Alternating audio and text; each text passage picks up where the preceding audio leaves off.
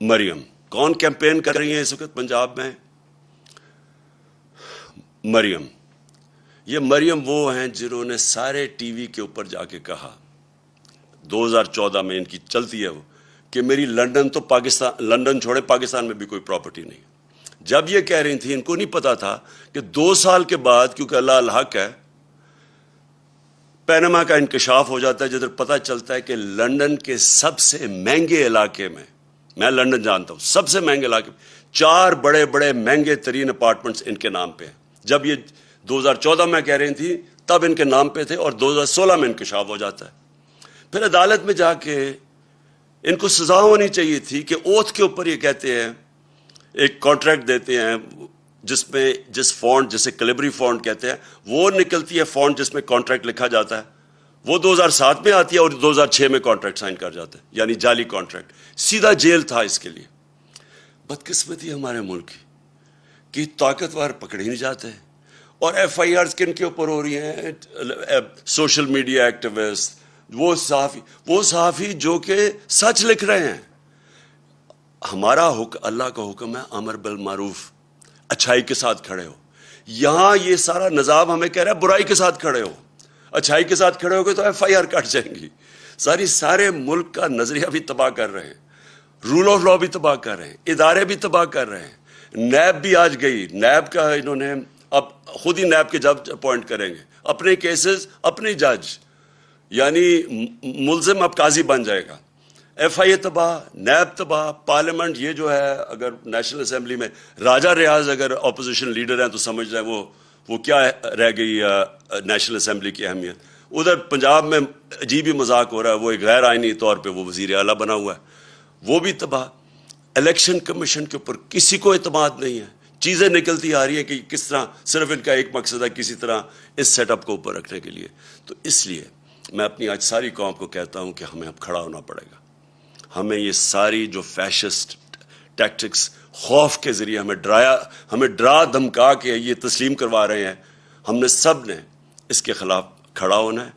اور سب سے پہلے ہم نے یہ جو 20 بائی الیکشنز ہیں پنجاب میں، انشاءاللہ ان کے اندر ہم نے ان کو دھاندلی کے باوجود شکست دے کے، اور انشاءاللہ اس کے بعد ہمارا جو ایک ہی طریقہ پاکستان کو اس مشکل وقت سے نکالنے کا، وہ ہے صاف اور شفاف الیکشنز. 5 جولائی ہے اور ہمیں پتہ ہے کہ اس دن پاکستان میں مارشل لاء لگا تھا، جبکہ ذوالفقار علی بھٹو کی ڈیموکریٹک گورنمنٹ کو ہٹایا گیا تھا.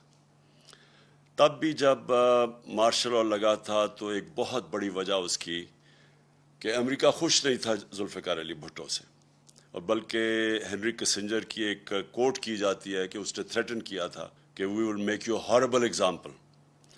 اور تب بھی ایک پاکستان کا پرائم منسٹر کئی اختلاف سے، لیکن وہ ایک پاکستان کو آزاد فورن پالیسی کی طرف لے کے جا رہے تھے. مطلب یہ آزاد فورن پالیسی کا مطلب یہ کہ وہ فورن پالیسی جو اپنی عوام کی بہتری کے لیے ہو، یعنی کسی اور ملک سے کو خوش کرنے کے لیے نہ ہو، اپنی عوام کے کیا فائدے ہیں اس کے لیے فورن پالیسی بنے. تو تب بھی ایک بہت بڑا نقصان ہوا پاکستان، کیونکہ جو جمہوری پروسیس تھا وہ جو چل رہا تھا وہ رک گیا. مارشل لاء آیا اور اس کے بعد پھر سے شروع ہوا، اور ہم نے دیکھا کہ وہ پھر رکا بعد میں جا کے. لیکن اب جو ہوا اس میں جو ایک ہی چیز جو تب 77 میں اور اب جو چیز کامن تھی وہ یہ کہ امریکہ خوش نہیں تھا کہ پاکستان ایک آزاد فورن پالیسی بنا لے. وہ چاہتے تھے کہ وہی فورن پالیسی ہو کہ حکم ملے، ایک ٹیلی فون کال آئے اور پاکستان ان کی جنگ میں شامل ہو جائے، اور 80,000 پاکستانی جانیں ان کے لیے قربان کر دے، اپنے ملک کا بھی نقصان کرے، اور آخر میں پھر بجائے ہمارا شکریہ ادا کرنے کے لیے ہمیں یہ کہا جائے کہ جی آپ نے ہماری مدد نہیں کی افغانستان جنگ میں اور ہمیں ہی ذمہ دار ٹھہرایا. تو جو اس کا نقصان ہوا، جو ہمارے ملک میں رجیم چینج ہوا، جو انہوں نے یہاں کے میر جعفر اور میر صادق کے ساتھ مل کے، جو کہ جیسے ہی انہوں نے جو لوگ ہمارے اوپر مسلط کیے، وہ پاکستان کے ہم سب جانتے ہیں 30 سال سے یہ وہ لوگ ہیں جن کی انٹرنیشنل فیم ہے چوری کی. صرف پاکستان میں نہیں, دنیا کے اخباروں میں ایک کو 10% کہتے تھے آصف زرداری کو. نواز شریف کے اوپر BBC کی فلم بنی ہوئی ہے کہ کیسے انہوں نے وہاں ایک قاضی فیملی کو پیسے بھجوائے. اسحاق ڈار نے اپنے ایفیڈیوٹ میں بھی لکھا ہے کہ پیسے یہاں سے چوری کر کے وہاں بھجوائے اور وہاں سے ریمیٹنس دکھا کے پاکستان لے کے آئے, جو بار بار گیا. فیک اکاؤنٹس یہی سسٹم تھا, یہاں سے ہنڈی حوالے سے پیسے باہر بھجواؤ چوری کر کے اور ادھر سے پھر ریمیٹنسز دکھا کے پاکستان پیسہ لے کے آؤ. تو اس کے اوپر بھی فلم بنی ہوئی ہے نواز شریف کے اوپر. تو یہ وہ لوگ جو پہلے انہوں نے چوری کی, NRO 1 مل گیا, مشرف نے معاف کیا, پھر سے یہ 10 سال آئے, پھر انہوں نے چوری کی. وہ جو ان کا مقصد جو ان کو اوپر مسلط کیا تھا, ان کا صرف ہم سب جانتے ہیں کہ مقصد تھا NRO 2 لینا. اور انہوں نے NRO 2 کی صرف ان کی جو کوشش 3.5 سال میرے دور میں ہمیں صرف گرانے کی ایک ہی کوشش تھی کہ کسی طرح وہ دوسری دفعہ جو انہوں نے چوری کی تھی وہ بچ جائے. اب آج کا میں جو اصل وجہ سے میں نے آج یہ آپ کے سامنے قوم کے سامنے ہوں وہ یہ کہ دیکھیں, ایک پہلے سازش ہوئی, پھر ایک کرپٹ سیٹ اپ کو اوپر لے کے آئے, اور پھر انہوں نے اپنا NRO 2 لیا, اور اس کے بعد جو قوم کو یہ کہہ کے آئے تھے کہ ہم مہنگائی کم کریں گے, مہنگائی کے سارے ریکارڈ توڑ دیے. آج ساری قوم جانتی ہے کہ کبھی پاکستان میں اس طرح کی مہنگائی اتنے تھوڑے ٹائم میں نہیں ہوئی, اور یہ صرف 2008 میں یعنی 14 سال پہلے اس طرح کی مہنگائی تھی.